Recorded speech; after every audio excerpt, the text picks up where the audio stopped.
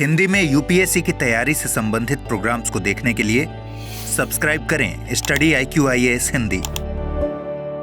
नमस्कार साथियों, मैं हूं डॉक्टर पंकज मिश्रा और इंडियन इकोनॉमी की PYQ सीरीज़ में आज ये चौथा वीडियो है और आज हम बेसिक कॉन्सेप्ट से आगे बढ़कर मौद्रिक नीति और बैंकिंग को लेकर आए हुए PYQs की डिस्कशन को करेंगे। तो शुरू करते हैं। आपका पहला क्वेश्चन जो वर्ष 2024 में आया है, यानी कि पिछले वर्ष आया है, कि डिजिटल मनी के संदर्भ में निम्नलिखित कथनों पर विचार कीजिए।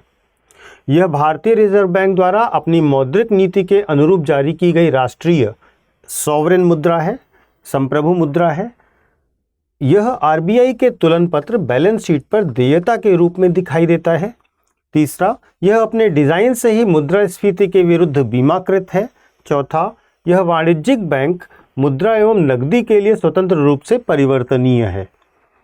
ठीक है, आपको बताना है कि इनमें से कौन से सही हैं। तो देखिए, जो डिजिटल मनी है, ठीक है, जो डिजिटल मनी है, जो डिजिटल मुद्रा है, वो सेंट्रल बैंक डिजिटल करेंसी के रूप में भारत में मान्यता प्रदान की गई है, जिसे RBI जारी करती है। ठीक है, यह RBI की एक डिजिटल करेंसी है जिसकी वैलिडिटी बिल्कुल भी सेम है जैसे कि मनी की है, जो फिजिकल करेंसी है, जिसको फिएट मनी कहते हैं। ठीक है, तो अगर हम देखें तो पहला पॉइंट ये कह रहा है कि यह सॉवरेन मनी है, सॉवरेन मुद्रा है, तो ये बिल्कुल सही है, क्योंकि एक संप्रभु मुद्रा के समान जैसा कि फिएट मनी के साथ होता है वैसे ही वैल्यू रखती है सेंट्रल बैंक डिजिटल करेंसी, जिसे आप CBDC भी कहते हैं। ठीक है, तो पहला स्टेटमेंट बिल्कुल सही है। दूसरा, यह तुलन पत्र में देयता के रूप में दिखाई देता है। देखिए, जो भी करेंसी है, जो भी मनी है जो RBI जारी कर रहा है, ठीक है, वो सभी, चाहे वो बैंक नोट हो, चाहे सेंट्रल बैंक डिजिटल करेंसी हो, ये सब RBI की लाइबिलिटी में शो की जाती हैं, क्योंकि RBI उसकी गारंटी लेता है। ठीक है, कि अगर कोई भी स्थिति होगी तो हम पे करेंगे, तो ये बिल्कुल सही है। तीसरा, यह अपने डिज़ाइन से ही मुद्रास्फीति के विरुद्ध बीमाकृत है। देखिए, मुद्रास्फीति के विरुद्ध बीमाकृत है, ये कहना पूरी तरीके से गलत है, क्योंकि ना तो मुद्रा, ना फिएट मनी जो हार्ड करेंसी आप देखते हैं, और ना ही ये डिजिटल करेंसी, ये दोनों ही इन्फ्लेशन के अगेंस्ट किसी भी तरीके से इंश्योर्ड नहीं होते हैं। इन्फ्लेशन का डायरेक्ट इम्पैक्ट इन पर पड़ेगा ही पड़ेगा। ठीक है, तो ये स्टेटमेंट गलत है। चौथा स्टेटमेंट, यह वाणिज्यिक बैंक मुद्रा नकदी के लिए स्वतंत्र रूप से परिवर्तनीय है। ठीक है, देखिए, CBDC जो है, सेंट्रल बैंक डिजिटल करेंसी है, वो पूरी तरीके से परिवर्तनीय है, अर्थात उसे चाहे जमा में आप परिवर्तित करना चाहें, डिपॉजिट में परिवर्तित करना चाहें, या उसको कैश में कन्वर्ट करना चाहें तो आप कैश में भी कन्वर्ट कर सकते हैं। तो यह पूरी तरीके से कन्वर्टेबल है, परिवर्तनीय है, तो ये स्टेटमेंट सही है। ठीक है, तो आपके पास जो ऑप्शन है उसमें डी ऑप्शन 1, 2 और 4 की बात करता है, आप डी लगा दीजिए। दूसरा क्वेश्चन आपसे कह रहा है, ये कथन 1 और कथन 2 टाइप का क्वेश्चन है, जिसमें आपको बताना होता है पहला और दूसरा दोनों कथन सही हैं, दूसरा पहले की सही व्याख्या कर रहा है, दूसरा पहले की सही व्याख्या नहीं कर रहा है, पहला सही है, दूसरा गलत है, पहला गलत है, दूसरा सही है। इस तरीके से जो स्टेटमेंट वाले क्वेश्चन होते हैं वो क्वेश्चन है जिसमें आपसे पहला स्टेटमेंट जो दिया गया है, सामूहिक उधार बहु उधारदेताओं के मध्य उधारकर्ता के डिफॉल्ट का जोखिम बढ़ाता है। ठीक है, दूसरा स्टेटमेंट ये कह रहा है कि सामूहिक ऋण एक नियत राशि, एक मुश्त निधि हो सकती है, किंतु ऋण व्यवस्था, क्रेडिट लाइन नहीं हो सकती। ठीक है, देखिए, जो भी आप सामूहिक उधार का मतलब पहले समझिएगा। जब आप सामूहिक उधार लेते हैं तो उसको सिंडिकेट लोन कहा जाता है। ठीक है, अगर किसी उधार लेने वाले व्यक्ति को, उधारकर्ता को एक बड़े अमाउंट में लोन चाहिए, एक बहुत बड़े अमाउंट में लोन चाहिए, तो एक ऑर्गेनाइजेशन उसे दे पाने में सक्षम नहीं होती है। तो क्या किया जाता है कि एक कार्टेल बनाया जाता है बैंक्स का या फाइनेंशियल इंस्टीट्यूशंस का, जो मिल करके उसे लोन देते हैं। और ये कार्टेल बनाने का ऑब्जेक्टिव क्या होता है? ये ऑब्जेक्टिव होता है कि एक के ऊपर जो रिस्क आ रहा था, जो उसके ऊपर देयता और खतरा बढ़ रहा था कि अगर ये नहीं चुकाएगा तो डिफ़ॉल्ट हो जाएगा, तो हमारे ऊपर लोन आएगा, हमारे ऊपर बर्डन आएगा, तो वो क्या कर रहा है कि वो बाकी जो उसके साथी हैं उनकी भी एक तरीके से जो जोखिम है उसे बढ़ा रहा है। ठीक है, तो अब आप देखिए, जो पहला स्टेटमेंट है वो यही कह रहा है कि बहु उधारदाताओं के मध्य डिफ़ॉल्ट का जोखिम बढ़ा देता है, यानी कि जो एक आदमी के ऊपर केवल आ रहा था, जो एक इंस्टीट्यूशन के ऊपर आ रहा था, वो बाकी सब के ऊपर भी आ गया, इनके ऊपर भी बढ़ा दिया गया जोखिम, डिफ़ॉल्ट का जोखिम। तो पहला स्टेटमेंट सही है। दूसरा, सामूहिक ऋण एक नियत राशि या एकमुश्त निधि हो सकती है, किंतु क्रेडिट लाइन नहीं हो सकती, ऋण व्यवस्था नहीं हो सकती। देखिए, ऐसा बिल्कुल भी नहीं है। जो आप क्रेडिट लाइन लेते हैं उसमें आप थोड़ी थोड़ी अवधि पर पैसे निकालने का प्रोसेस होता है, एक साथ सारा पैसा निकालने का प्रोसेस नहीं होता है। लेकिन जो आप सामूहिक ऋण ले रहे हैं, जो आप सिंडिकेट लोन ले रहे हैं, वो आप चाहें तो एक मुश्त लोन की अमाउंट भी ले सकते हैं, चाहे तो उसे एज अ क्रेडिट लाइन भी ले सकते हैं। तो ये दोनों, जिसमें आप स्टेज वाइज लोन लेते चले जाएं, उसको क्रेडिट लाइन कहेंगे। तो जब हम ये कहते हैं कि क्रेडिट लाइन नहीं हो सकती, तो ये स्टेटमेंट गलत है, क्योंकि ये क्रेडिट लाइन भी हो सकती है और आप चाहें तो उसको एक मुश्त ले भी सकते हैं। तो पहला स्टेटमेंट गलत है, दूसरा सही है। तो इसमें सी होगा, जहां पर पहला सही है और दूसरा सही नहीं है। तीसरा प्रश्न ये कह रहा है कि विदेशी बैंक के साथ व्यवहार करते समय भारतीय रिजर्व बैंक द्वारा अधिरोपित, एक सेकेंड रुकिएगा आप लोग,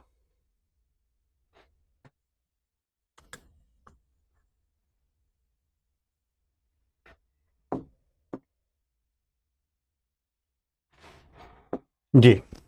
तीसरा प्रश्न कह रहा है कि विदेशी बैंक के साथ व्यवहार करते समय भारतीय रिजर्व बैंक द्वारा अधिरोपित नियम या नियमों के संदर्भ में निम्नलिखित कथनों पर विचार कीजिए। पहला पॉइंट ये है कि भारत में पूर्ण स्वामित्व वाले सहायक बैंकों के लिए कोई न्यूनतम पूंजी आवश्यकता नहीं है। जो बैंकिंग सब्सिडरी हैं, जो सहायक बैंक हैं, उनके लिए ये स्टेटमेंट कह रहा है कि उनके लिए कोई मिनिमम कैपिटल रिक्वायरमेंट नहीं है। दूसरा स्टेटमेंट ये कह रहा है कि पूर्ण स्वामित्व वाले सहायक बैंकों, बैंकिंग सब्सिडरी के लिए बोर्ड सदस्यों में कम से कम 50% भारतीय नागरिक होने चाहिए। ठीक है, तो जो ये प्रश्न है, इसमें पहली भाग जो कह रहा है कि न्यूनतम पूंजी की कोई आवश्यकता नहीं होती है, ये पूर्णतः गलत है। आरबीआई के नियमों के हिसाब से जो जोखिम भारित परिसंपत्तियां हैं, ठीक है, जो रिस्क वेटेड असेट्स हैं, उसका कम से कम 10% न्यूनतम पूंजी आवश्यकता अनुपात, यानी कि 10% पूंजी पर्याप्तता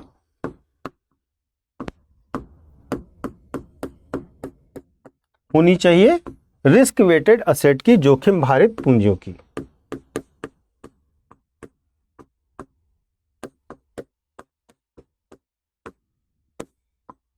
ठीक है, तो ये मिनिमम रखा गया है इसके लिए। तो जब हम कहते हैं कि कोई न्यूनतम पूंजी आवश्यकता नहीं है, तो ये स्टेटमेंट गलत हो जाता है। ठीक है, और ये समय समय पर चेंज भी होता है। अभी की स्थिति में ये 10% है न्यूनतम पूंजी परिसंपत्ति, जो जोखिम भारित परिसंपत्तियों के परसेंटेज के रूप में है।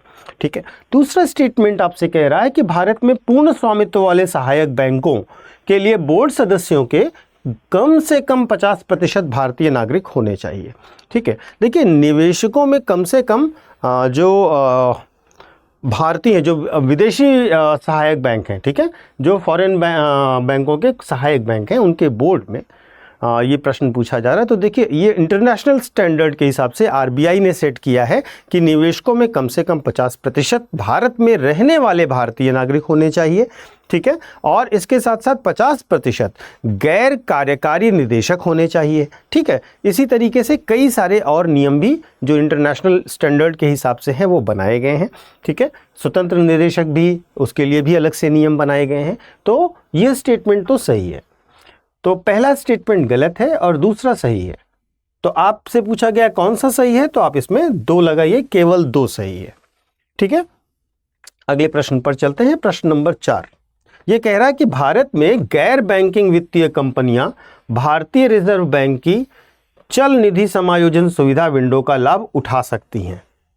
ठीक है, दूसरा, भारत में विदेशी संस्थागत निवेशक सरकारी प्रतिभूतियों के धारक बन सकते हैं, यानी कि जो FIIs हैं, जो फॉरेन इंस्टीट्यूशनल इन्वेस्टर्स हैं, वो जी से खरीद सकते हैं। और तीसरा स्टेटमेंट ये कह रहा है कि भारत में शेयर बाजार, स्टॉक एक्सचेंज ऋणों के लिए पृथक व्यापारिक मंच, यानी कि ट्रेड प्लेटफॉर्म प्रदान कर सकता है। ठीक है, आपको बताना है कि कौन सा या कौन से सही है। ठीक है, तो देखते हैं।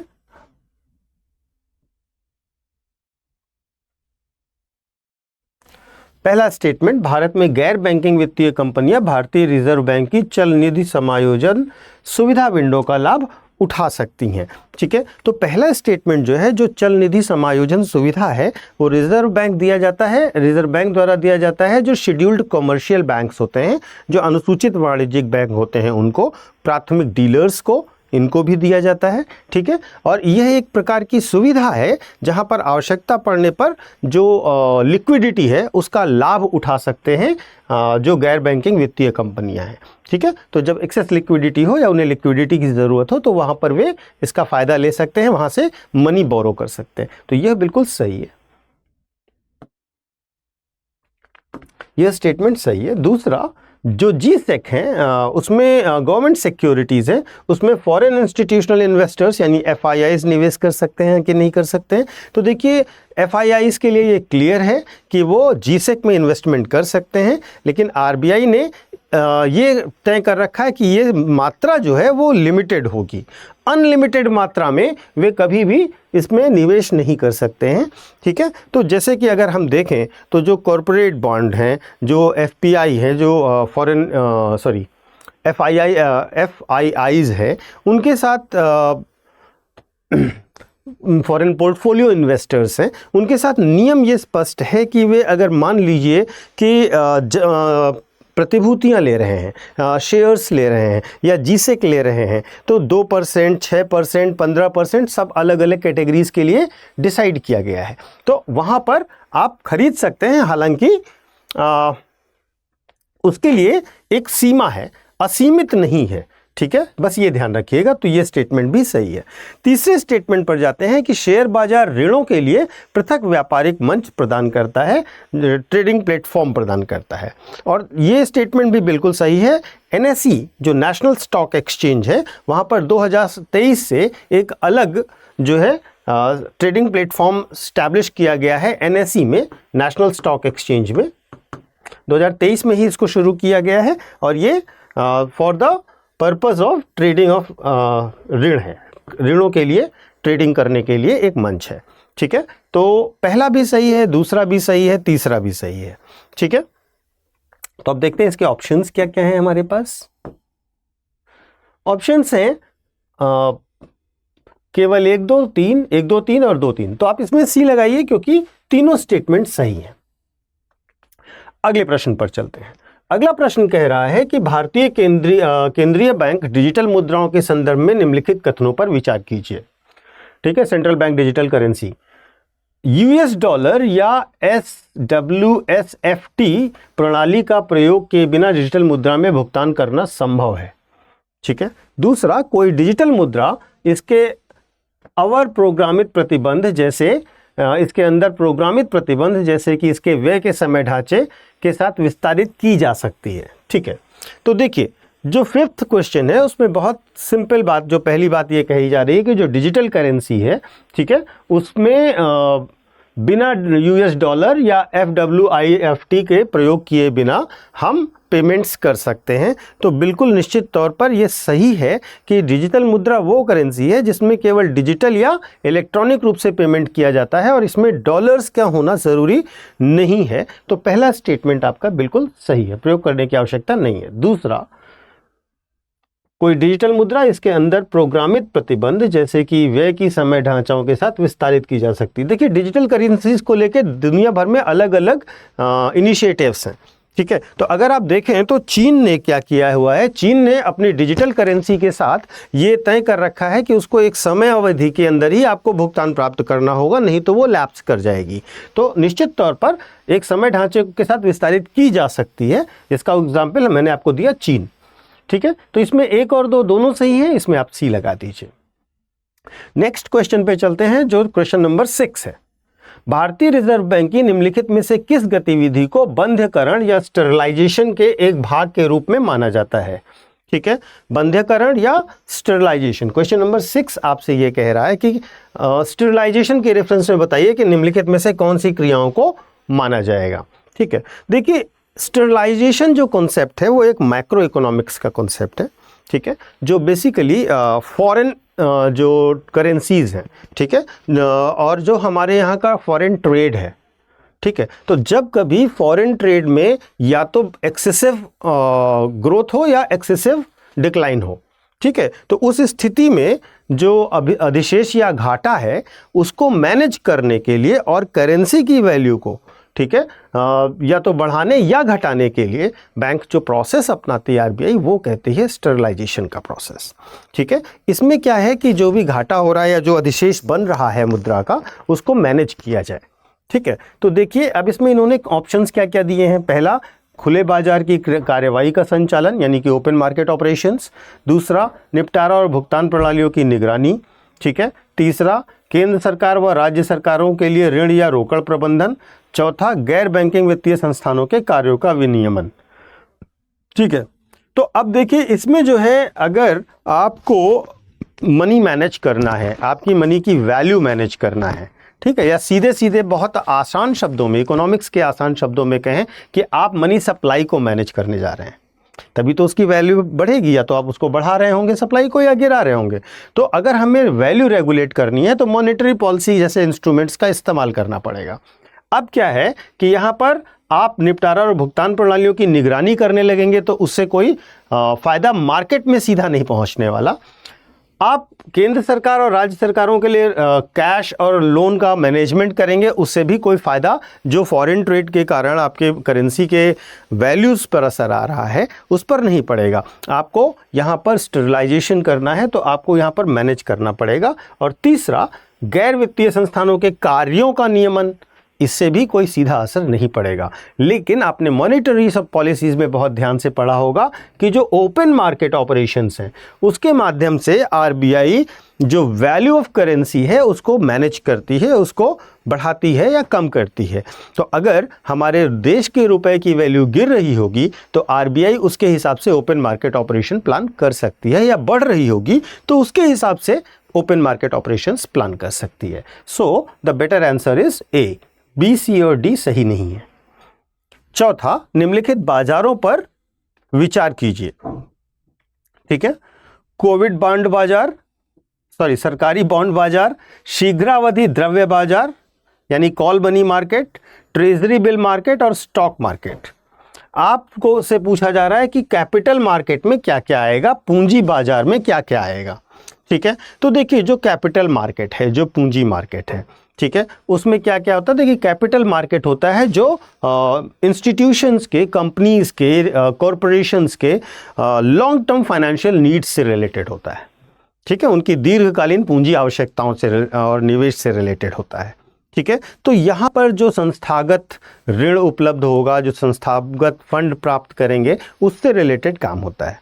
ठीक है, जो आपका ये कैपिटल मार्केट है, जो आपका पूंजी बाजार है, ये बेसिकली क्या है, एक होता है प्राइमरी मार्केट और दूसरा होता है सेकेंडरी मार्केट। इसमें दो तरीके के मार्केट होते हैं।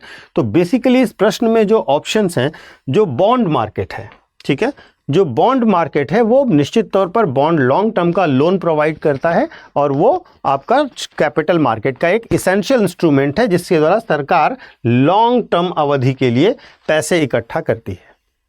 ठीक है, दूसरा, स्टॉक बाजार वो बाजार है जहां पर जो स्टॉक मार्केट है, जिसे हम सेकेंडरी मार्केट भी कहते हैं, ये सीधा सीधा कैपिटल मार्केट होता है। ये भी लॉन्ग टर्म कैपिटल नीड्स के लिए काम करता है। लेकिन अगर हम कॉल मनी मार्केट और ट्रेजरी बिल मार्केट की बात करें, अगर हम कॉल मनी और ट्रेजरी बिल की बात करें तो ये दोनों इंस्ट्रूमेंट जो हैं ये मनी मार्केट के इंस्ट्रूमेंट हैं, कैपिटल मार्केट के इंस्ट्रूमेंट नहीं है। ठीक है, जो कॉल मनी मार्केट है उसमें क्या होता है, कॉल मनी मार्केट में देखिए 15 दिन के अंदर के लोन लिए जाते हैं, मतलब आप 15 दिन के अंदर चुका देंगे। यहाँ पर लॉन्ग टर्म वाला कोई सिस्टम नहीं है। और जो ट्रेजरी बिल वाला मार्केट है वो ट्रेजरी बिल 1 साल से कम अवधि के लिए होते हैं। तो बेसिकली क्या है, ये बहुत शॉर्ट टर्म मनी की नीड्स को पूरा करने के लिए हैं और ये मुद्रा बाजार के अंग हैं, ना कि पूंजी बाजार के। जबकि सरकारी बॉन्ड मार्केट और स्टॉक मार्केट ये दोनों पूंजी बाजार के अंग हैं। तो आपसे पूछा गया उपरोक्त में से कितने शामिल हैं, तो केवल 2 शामिल हैं, आप भी लगा दीजिए।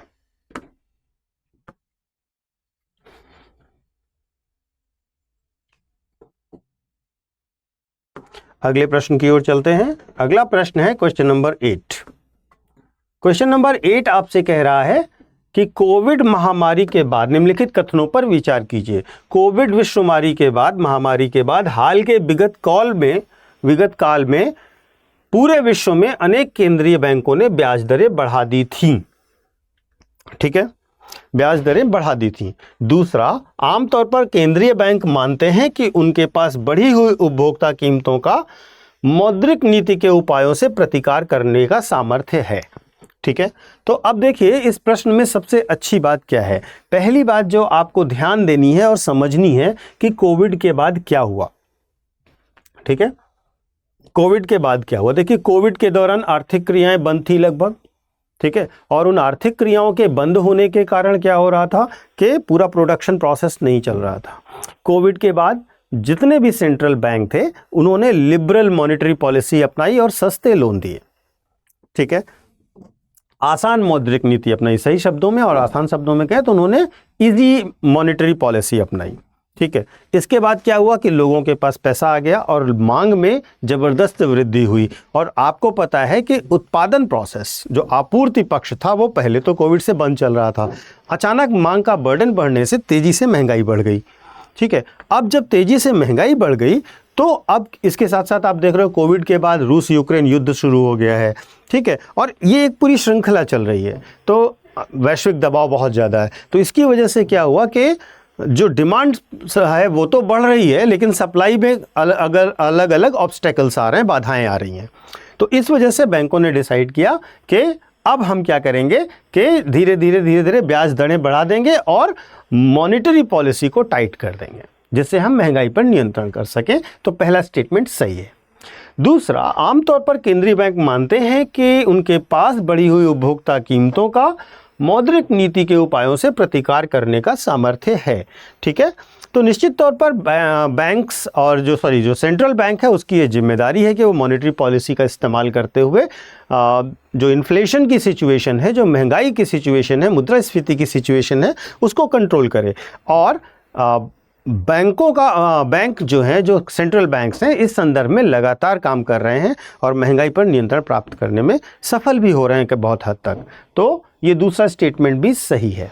ठीक है, तो इसमें पहला स्टेटमेंट भी सही है और दूसरा स्टेटमेंट भी सही है। और सबसे अच्छी बात यह है कि ये स्टेटमेंट इसकी व्याख्या भी कर रहा है, क्योंकि बैंकों ने ब्याज दरें बढ़ा करके क्या किया, बैंकों ने ब्याज दरें बढ़ा करके मुद्रास्फीति पर नियंत्रण का ही प्रयास किया है। ठीक है, तो दोनों स्टेटमेंट सही हैं और कथन 2 कथन 1 की सही व्याख्या है। तो आप इसमें लगाइए आंसर 1 यानी ए। नेक्स्ट क्वेश्चन पे चलते हैं। 9वां प्रश्न है। 9वां प्रश्न कह रहा है कि भारतीय अर्थव्यवस्था के संदर्भ में निम्नलिखित कथनों पर विचार कीजिए। पहला, अंकित प्रभावी विनिमय दर नॉमिनल इफेक्टिव एक्सचेंज रेट नीर में वृद्धि रुपए की मूल्य वृद्धि को दर्शाता है। दूसरा, जो रीर होता है वास्तविक प्रभावी विनिमय दर, इसमें वृद्धि व्यापार प्रतिस्पर्धात्मकता में सुधार करती है। और पॉइंट नंबर 3 कह रहा है अन्य देशों में मुद्रास्फीति के सापेक्ष घरेलू मुद्रास्फीति में बढ़ने की प्रवृत्ति नीर और रीर के बीच में वर्धमान अपसरण उत्पन्न कर सकता है। वर्धमान उपसरण उत्पन्न कर सकता है, अपसरण सॉरी। तो पहले बात करते हैं नीर और रीर की। ठीक है, नीर और रीर जो फॉरेन एक्सचेंज के लिए यूज होता है। ठीक है, विनिमय दर है अंकित प्रभावी विनिमय दर और वास्तविक रियल इफेक्टिव एक्सचेंज रेट मतलब वास्तविक प्रभावी विनिमय दर। ठीक है, तो अब आप देखिए इस प्रश्न में पहली बात जो कही जा रही है वो ये है कि जो नीर है उसमें वृद्धि रुपए की मूल्य वृद्धि को दर्शाता है। ठीक है, रुपए की मूल्य वृद्धि को दर्शाता है। ठीक, तो अब देखिए इस प्रश्न में अगर हम देखें तो ये स्टेटमेंट जो है ये बिल्कुल सही है। ठीक है, जो नीर है वो वास्तव में एक कमोडिटी बास्केट है, एक करेंसी बास्केट है, सेलेक्टिव फॉरेन करेंसीज का बास्केट है। अगर इसमें वृद्धि हुई है तो निश्चित तौर पर यह दर्शाता है कि रुपए की मूल्य वृद्धि हुई है। ठीक है, तो ये क्या है, ये फॉरेन करेंसीज का, विदेशी मुद्रा का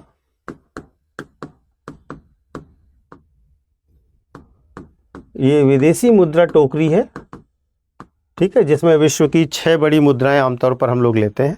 ठीक है, और 6 बड़ी मुद्राओं के रेफरेंस में भारतीय रुपए की वैल्यू को देखते हैं, एक्सचेंज रेट को देखते हैं। ठीक है। तो जब हम इसको देख रहे होते हैं और हमें दिखता है कि नीर में जो वृद्धि है वो दिखाई दे रही है, तो इसका मतलब है कि रुपए की वैल्यू बढ़ी है। ठीक है, तो पहला स्टेटमेंट सही है। इसके उल्टा जो रीर होता है ना, जो रियल इफेक्टिव एक्सचेंज रेट होता है ना, वो जो है बेसिकली कंट्री के अंदर की बात कर रहा है। ठीक है, वो कंट्री के अंदर की बात कर रहा है। और जब भी रीर बढ़ रहा होगा, ठीक है, जब भी रीर बढ़ रहा होगा, इसका मतलब आपकी प्रतिस्पर्धात्मकता कम हो रही है, ना कि बढ़ रही है। क्योंकि अगर आपके देश में ये दिखाया जा रहा है तो ये इन्फ्लेशन एडजस्टेड है। जो रीर होता है बेटा वो इन्फ्लेशन एडजस्टेड होता है। ठीक है, और अगर उसमें वृद्धि दिखाई दे रही है, ठीक है, तो ये जाहिर सी बात है इन्फ्लेशन का प्रभाव दिखा रहा है। तो यहाँ पर आपकी प्रतिस्पर्धात्मकता नहीं बढ़ेगी, घरेलू मुद्रा विदेशी मुद्राओं के मुकाबले मजबूत होती चली जाएगी। तो सेकंड स्टेटमेंट आपका गलत है। तीसरा, अन्य देशों में मुद्रास्फीति के सापेक्ष घरेलू मुद्रास्फीति में बढ़ने की प्रवृत्ति नीर और रीर के बीच में वर्धमान अपसरण उत्पन्न करता है। ठीक है, तो देखिए ये स्टेटमेंट बिल्कुल सही है। ठीक है, ये स्टेटमेंट बिल्कुल सही है, जो कि ये कह रहा है कि जो सापेक्ष मुद्रास्फीति है, ठीक है, इसमें फैक्टरिंग के बाद जब हम इसमें फैक्टरिंग कर देते हैं तब ही जो रीर है वो नीर बन जाता है। ठीक है, तो वास्तव में क्या होता है कि जो सापेक्ष घरेलू मुद्रास्फीति है उसको अगर हम हटा देते हैं, ठीक है, तो नीर और रीर के बीच का अंतर खत्म हो जाता है। तो वास्तव में मुद्रास्फीति के सापेक्ष घरेलू मुद्रास्फीति में बढ़ने की प्रवृत्ति नीर और रीर के बीच का वर्धमान अपसरण माना जाएगा। ठीक है, तो तीसरा स्टेटमेंट भी सही है। पहला और तीसरा स्टेटमेंट सही है, दूसरा स्टेटमेंट सही नहीं है। तो आप इसमें पूछा जा रहा है कौन से सही है, तो आप इसमें सी लगा दीजिए। ठीक है, नेक्स्ट प्रश्न पर चलते हैं कि भारतीय अर्थव्यवस्था के संदर्भ में निम्नलिखित कथनों पर विचार कीजिए। ये हो सकता है कि कुछ कॉन्सेप्ट आपको थोड़े डिफिकल्ट लग रहे हो, क्योंकि अगर आपने उसको अच्छे से नहीं पढ़ा होगा तो यहाँ पर आपको कन्फ्यूजन क्रिएट हो सकता है। ठीक है, लेकिन जब आप ये कॉन्सेप्ट्स को एक बार रिवाइज कर लेंगे, मैं थोड़ी थोड़ी हिंट हर चीज़ के बारे में देता जा रहा हूँ, लेकिन मैं उम्मीद करता हूँ कि आप उसको पहले एक बार ठीक से पढ़ लेंगे अपने नोट्स में, तो यहाँ पर आपको गलती होने की कोई संभावना नहीं होगी। अब चलते हैं क्वेश्चन नंबर 10 पे। क्वेश्चन नंबर 10 कह रहा है कि यदि मुद्रास्फीति अत्यधिक है तो भारतीय रिजर्व बैंक संभावित रूप से सरकारी प्रतिभूतियों को खरीद सकता है। ठीक है, अगर इन्फ्लेशन ज़्यादा है, मुद्रास्फीति बढ़ी हुई है,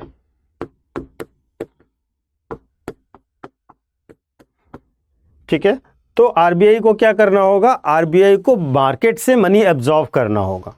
ठीक है, अब अगर आरबीआई को मार्केट से मनी एब्जॉर्व करना है तो और वो क्या कर रही है, गवर्नमेंट सिक्योरिटीज़ को खरीद रही है ओपन मार्केट में।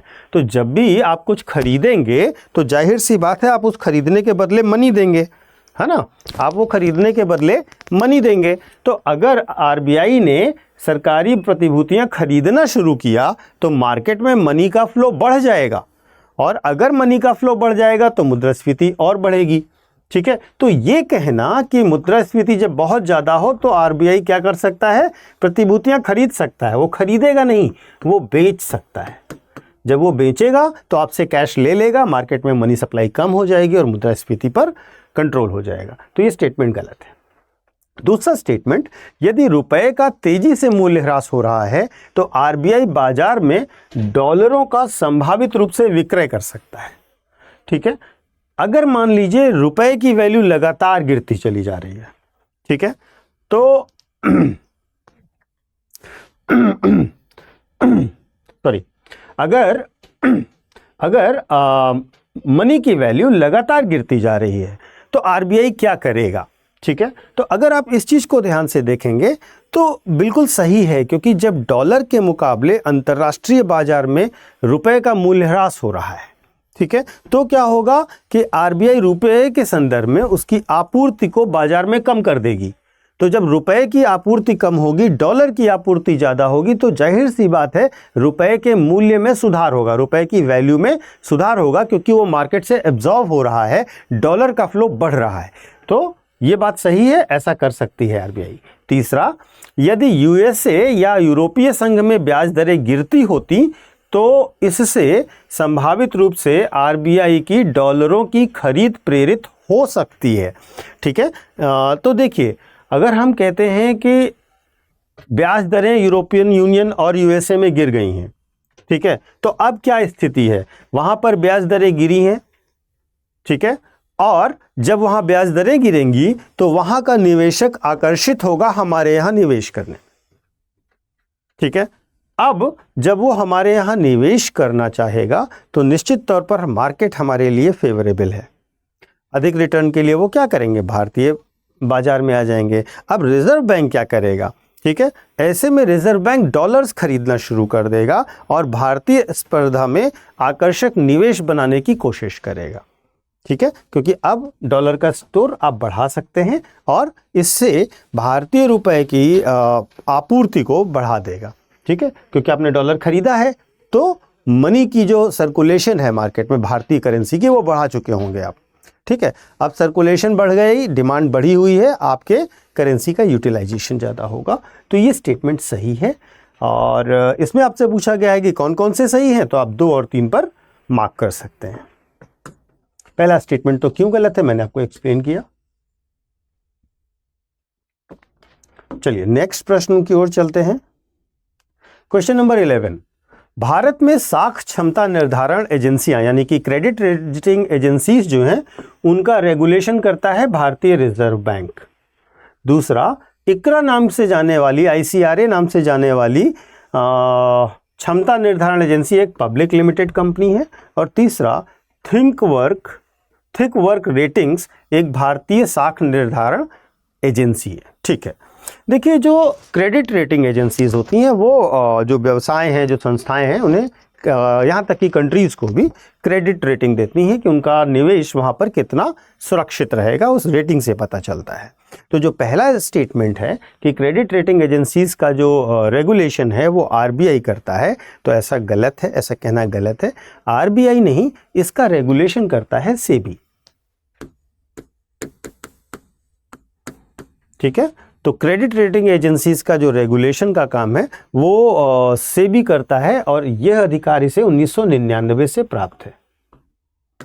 ठीक है, दूसरा स्टेटमेंट ये कह रहा है कि आईसीआरए जो है वो एक क्रेडिट रेटिंग एजेंसी है जो कि एक पब्लिक लिमिटेड कंपनी है।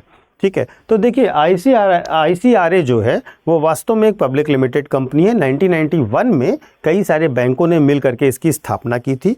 ठीक है, आज की स्थिति ये है कि ये एक ग्रुप ऑफ कंपनीज बन चुकी है और ये एक पब्लिक लिमिटेड कंपनी है, तो ये बिल्कुल सही है। दूसरा, ये साख निर्धारण क्षमता के वाली भारतीय एजेंसी है। ठीक है, तो देखिए, ब्रिकवर्क्स रेटिंग्स जो है, BWR बोलते हैं इसको, ये एक भारतीय रेटिंग एजेंसी है, क्रेडिट रेटिंग एजेंसी है जो सेबी पंजीकृत है, सेबी में पंजीकृत भी है। ठीक है, ये इसकी स्थापना की थी क्रेडिट रेटिंग जो संस्थाएं हैं, जो प्रोफेशनल्स हैं, जो बैंकर्स हैं और अलग अलग फाइनेंशियल इंस्टीट्यूशंस हैं, इन सब ने मिल करके इसकी स्थापना की थी। ये बेसिकली जो प्रमोशन का काम है वो देखती है ना, जो इंस्टीट्यूशनल पार्टनर होते हैं, वो जो स्ट्रेटेजिक पार्टनरशिप होते हैं, उनके संदर्भ में स्टडीज़ करना। ठीक है, इस तरीके से बहुत सारे काम करती है। तो ये भारत में एक भारतीय एजेंसी है जो कि सेबी में रजिस्टर्ड भी है। तो इसमें भी आपका फर्स्ट गलत है, लेकिन 2 और 3 सही है, तो आप भी लगा दीजिए। नेक्स्ट है, बैंक बोर्ड ब्यूरो के संदर्भ में निम्नलिखित में से कौन सा कथन सही है। आरबीआई का गवर्नर बैंक बोर्ड ब्यूरो का चेयरमैन होता है। दूसरा, बैंक बोर्ड ब्यूरो सार्वजनिक क्षेत्र के बैंकों के अध्यक्षों के चयन के लिए संस्तुति करता है। तीसरा, बैंक बोर्ड ब्यूरो सार्वजनिक क्षेत्र के बैंकों को कार्यनीतियों की पूंजीवर्धन योजनाओं को विकसित करने में मदद करता है। ठीक है, तो देखिए, बैंक बोर्ड ब्यूरो जो है, ठीक है, ये एक तरीके की स्वायत्त संस्था है। ठीक है, इसमें जो इसका जो हेड होता है, इसका जो चेयरमैन होता है, वो गवर्नमेंट अपॉइंट करती है और इसमें जो चेयरमैन है वो आरबीआई का गवर्नर नहीं होता है। ठीक है, गवर्नमेंट उसको अपॉइंट करती है और वो आरबीआई का गवर्नर नहीं होता है। वास्तव में 23 मार्च 2016 को बैंक बोर्ड ब्यूरो की संरचना और कार्यों के लिए बैंक बोर्ड ब्यूरो योजना अधिनियम पारित किया गया था 1990 में। ठीक है, और इस ब्यूरो में ने जो है प्रॉपरली काम करना शुरू कर दिया था 2016 से। ठीक है, तो बैंक बोर्ड ब्यूरो में एक अध्यक्ष होता है जिसे गवर्नमेंट अपॉइंट करती है। इसके साथ साथ 3 पदेन सदस्य होते हैं, 3 एक्स ऑफिशियो मेंबर्स होते हैं। ठीक है, जो कि एक होता है जो पब्लिक सार्वजनिक उद्यम निगम जो होता है, पब्लिक अंडरटेकिंग कॉरपोरेशंस होते हैं, उसके सेक्रेटरी होते हैं। एक फाइनेंशियल सर्विसेज डिपार्टमेंट का सेक्रेटरी होता है और आरबीआई का एक डेप्यूटी गवर्नर होता है। ये 3 पदेन सदस्य होते हैं। ठीक है, ये सब मिलकर के रिकमेंड करते हैं कि बैंकिंग सेक्टर में कौन कौन से बड़े अपॉइंटमेंट किए जाने हैं। तो पहला स्टेटमेंट गलत है। दूसरा स्टेटमेंट सही है। बेसिकली जितने भी बैंक और इंश्योरेंस के इंस्टीट्यूशंस हैं, बैंकिंग और बीमा कंपनियां हैं, ठीक है, इन सब के लिए जो बोर्ड के मेंबर्स होते हैं उनका सिलेक्शन कैसे होगा, कौन बनेगा, ठीक है, उसके लिए सैंक्शन करना और उसके अध्यक्षों का सैंक्शन करना, ये काम बैंक बोर्ड ब्यूरो का है। ये केवल बैंक ही नहीं, बीमा संस्थाओं के लिए भी यही काम करता है। ठीक है, तीसरा, ये सार्वजनिक क्षेत्र के और इस रिकमेंडेशन के साथ साथ इस क्षेत्र के बैंकों में कैसे काम होगा, कैसे उसके लिए नई स्ट्रेटजीज लाई जा सकती हैं, है ना, कैसे वो अपने कैपिटल को आगे बढ़ाएं, कैपिटल में इनरिचमेंट करें, इन सब के बारे में भी बैंक बोर्ड ब्यूरो रिकमेंड करता है। तो तीसरा स्टेटमेंट भी सही है। तो 12वें में 2 और 3 सही हैं, तो आप केवल बी लगाइए। अब चलते हैं क्वेश्चन नंबर 13 पर। क्वेश्चन नंबर 13 आपसे कह रहा है कि कन्वर्टेबल बॉन्ड, परिवर्तनीय बॉन्ड को इक्विटी के लिए बदलने का विकल्प है। चूंकि बॉन्ड को परिवर्तनीय बॉन्ड के संदर्भ में निम्नलिखित कथनों पर विचार कीजिए। चूंकि बॉन्ड को इक्विटी के लिए बदलने का विकल्प है, परिवर्तनीय बॉन्ड अपेक्षाकृत कम ब्याज दर भुगतान करते हैं। दूसरा, इक्विटी के लिए बदलने का विकल्प बॉन्ड धारक को बढ़ती हुई उपभोक्ता कीमतों से संलग्नता यानी कि इंडेक्सेशन की मात्रा प्रदान करता है। ठीक है, तो पहला स्टेटमेंट जो है वो ये कह रहा है कि जो कन्वर्टेबल बॉन्ड है, बॉन्ड मतलब जिसके थ्रू लोन लिया गया है, उसको इक्विटी शेयर्स में कन्वर्ट किया जा सकता है, ये विकल्प होता है। लेकिन जो कन्वर्टेबल बॉन्ड है उन पर ब्याज का भुगतान कम होता है। ठीक है, देखिए, आपने जो बॉन्ड खरीदा, अगर कन्वर्टेबल बॉन्ड है, इसका मतलब आपके पास बॉन्ड है जिसका आपको इंटरेस्ट तो मिलेगा ही मिलेगा, लेकिन वो जब कन्वर्ट होगा तो आपको कंपनी में ओनरशिप भी मिलेगी, शेयर्स भी मिलेंगे। तो अगर आपको ये दोहरा फायदा हो रहा है तो निश्चित तौर पर उस पर आपको ब्याज कम दिया जाएगा। ठीक है, तो ये पहला स्टेटमेंट सही है कि इसमें ब्याज दर का भुगतान कम होता है, इसमें ज़्यादा ब्याज दर का भुगतान नहीं होता है in comparison to non convertible bonds. ठीक है, सेकंड स्टेटमेंट ये कह रहा है कि इक्विटी के लिए बदलने का विकल्प बॉन्ड धारक को बढ़ती हुई उपभोक्ता कीमतों में इंडेक्सेशन की मात्रा प्रदान करता है। ठीक है, तो देखिए, जो इक्विटी में कन्वर्ट हो सकते हैं बॉन्ड्स, ठीक है, वो उनके साथ जो मामला है वो ये है कि वो इंडेक्सेशन की एक डिग्री देते हैं। ठीक है, क्योंकि जब आप कन्वर्टेबल बॉन्ड लेंगे तो वो मुद्रास्फीति के साथ एडजस्ट करना ज़रूरी होगा, नहीं तो आपके ऊपर कॉस्ट ज़्यादा आ जाएगी। ठीक है, तो क्या होता है कि इंडेक्सेशन से सुनिश्चित हो जाता है कि समय अवधि में कीमतों की मुद्रास्फीति के साथ समायोजित किया जाए। इंडेक्सेशन जो है उसकी मदद से बॉन्ड धारक दीर्घकालीन पूंजीगत लाभ को कम करने के लिए फ़ायदा प्राप्त करते हैं, जिससे उनकी टैक्स की सेविंग भी होती है। तो ये स्टेटमेंट सही है, पहला और दूसरा दोनों सही हैं, तो आप इसमें सी लगा दीजिए। क्वेश्चन नंबर 4, भारत में कौन मुद्रास्फीति को नियंत्रित कर कीमत स्थिरता बनाए रखने के लिए उत्तरदायी है? आपको ऑप्शन दिया गया है उपभोक्ता मामले विभाग, व्यय प्रबंधन विभाग, वित्तीय स्थिरता विकास परिषद और आरबीआई। देखिए, अभी तक तो आप इतनी देर में मुझसे ही 2-3 बार ये सुन चुके होंगे कि जो आरबीआई है, जो सेंट्रल बैंक होता है, उसकी एक जिम्मेदारी होती है कि वो मॉनेटरी पॉलिसी के थ्रू बैंक में मनी सप्लाई को रेगुलेट करे। ठीक है, जिसकी वजह से इन्फ्लेशन कंट्रोल किया जा सके। तो इसमें बहुत ज़्यादा मंथन करने की आवश्यकता नहीं है, इसमें आप सीधे सीधे भारतीय रिजर्व बैंक लगा सकते हैं। इन सब का काम ये नहीं है कि वो मुद्रास्फीति को रेगुलेट करें। ठीक है, केवल और केवल आरबीआई अधिनियम 1934 के अंतर्गत आरबीआई को ये जिम्मेदारी दी गई थी कि भाई आप मॉनेटरी पॉलिसी लाएंगे और इन्फ्लेशन को कंट्रोल करेंगे। ठीक है, इसके बाद अगला प्रश्न है जो कहता है कि निम्नलिखित कथनों पर विचार कीजिए। केंद्र सरकार द्वारा रिजर्व बैंक के गवर्नर की नियुक्ति की जाती है। भारतीय संविधान के कतिपय प्रावधान केंद्र सरकार को जनहित में आरबीआई को निर्देश देने का अधिकार देते हैं। तीसरा, आरबीआई का गवर्नर अपना अधिकार यानी पावर आरबीआई अधिनियम से प्राप्त करता है। ठीक है, तो पहला स्टेटमेंट जो है वो ये कह रहा है कि आरबीआई के जो गवर्नर साहब होते हैं उनकी नियुक्ति भारत सरकार द्वारा की जाती है। देखिए, आरबीआई जो है वो देश का सेंट्रल बैंक है। ठीक है, जितनी भी इसकी गवर्नर की नियुक्ति है वो हमेशा भारत सरकार द्वारा की जाएगी और ये भारत सरकार में वित्त मंत्रालय के सहयोग के लिए कार्य करता है। ठीक है, तो केंद्र सरकार ही नियुक्ति करेगा। बेसिकली इसके संदर्भ में जो वित्त मंत्री हैं वो रिकमेंड करते हैं, पीएमओ से उसका सैंक्शन होता है और भारत सरकार द्वारा वो अपॉइंट किया जाता है। तो पहला स्टेटमेंट सही है। दूसरा, केंद्र सरकार जनहित में आरबीआई को निर्देश जारी का अधिकार देता है भारतीय संविधान। तो देखिए, जो दूसरा स्टेटमेंट है वहाँ पे थोड़ी सी प्रॉब्लम है। ठीक है, आरबीआई कोई संवैधानिक संस्था नहीं है। इसके लिए आरबीआई एक्ट लाया गया था 1934 में। ठीक है, और इसकी धारा 7 कहती है कि केंद्र सरकार समय समय पर इसे दिशा निर्देश दे सकती है। संविधान में ऐसा कोई प्रावधान नहीं किया गया है, तो इसलिए यह स्टेटमेंट गलत हो जाएगा। तीसरा, आरबीआई का गवर्नर अपना अधिकार आरबीआई अधिनियम से प्राप्त करता है। तो यह स्टेटमेंट बिल्कुल सही है। आरबीआई एक्ट की जो सेक्शन 7 सब क्लॉज 3 है वो ये बताती है कि आरबीआई गवर्नर के पास क्या क्या पावर्स होंगी, कौन कौन से उसके काम होंगे और वो किस तरीके से उनको संपादित करेगा। तो थर्ड स्टेटमेंट सही है। ये धारा 7